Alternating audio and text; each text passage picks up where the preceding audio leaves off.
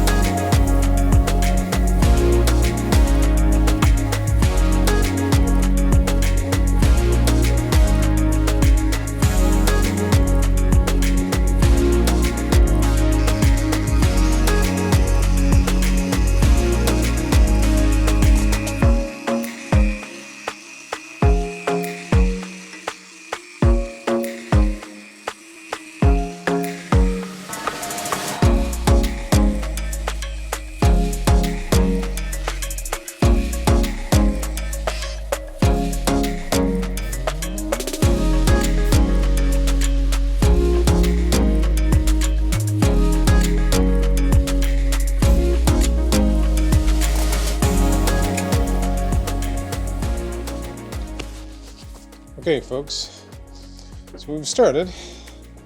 It's going to take a little time, and the next thing to do, I'm going to hose this down with WD-40. We're going to let this soak in.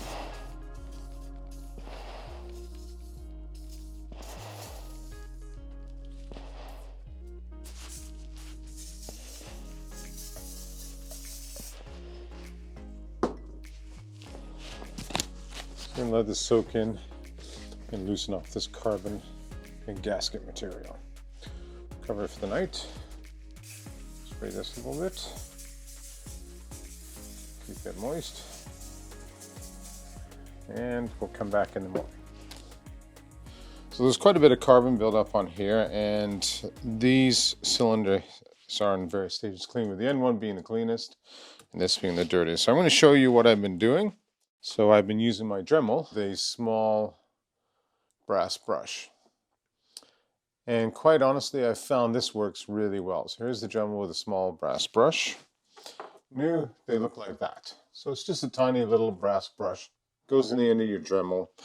And it works really well. It's real brass. I got these on Amazon. I'll put a link in the notes. And the brass doesn't seem to do anything to the aluminum. It may be putting some slight marks in the aluminum, but I'm planning to polish it anyway. So we're going to polish these cylinder heads to get them nice and clean. Working on this puts out a lot of little fine dust. So I'm going to put on my breathing apparatus and show you what I've been doing.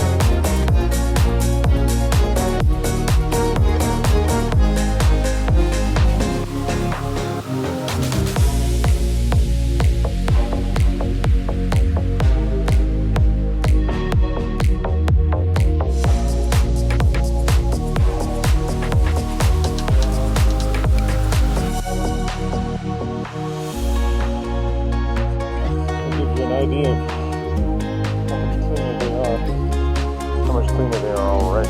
So I'm going to keep doing this and wait for the sun to polish. So again, using carbon fabric.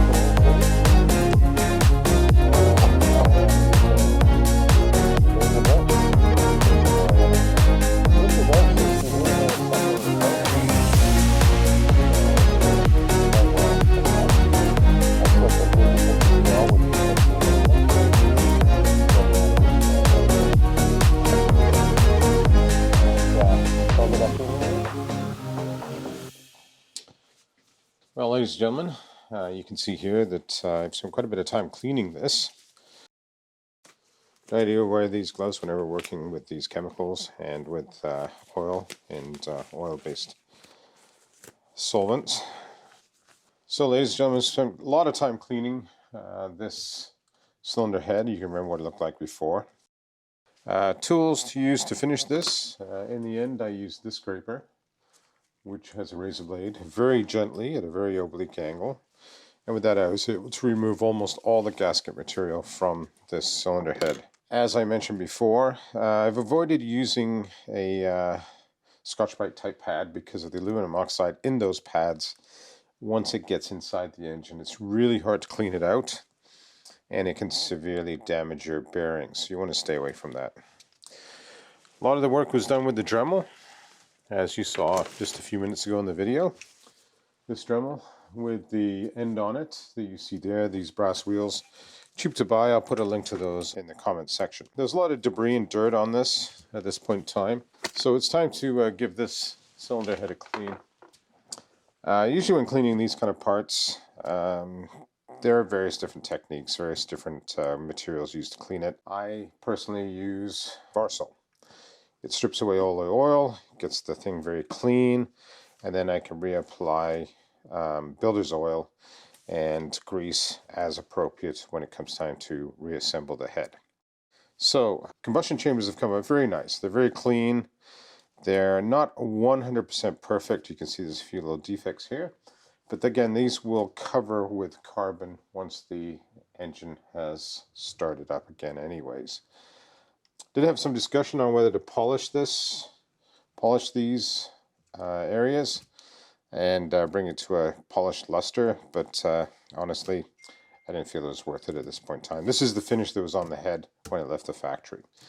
Valve seats look very good. They came up very clean, so it's just going to be a very, very minor process to reseat these valves. There's a few areas where it's a little bit weak. The seat looks like it's degraded slightly, especially on the exhaust valve side, which is where it's predominantly leaking. The intake valves seals look very, very good. I mean, a very minor lapping is all that's required. The exhaust valves came up nice and clean.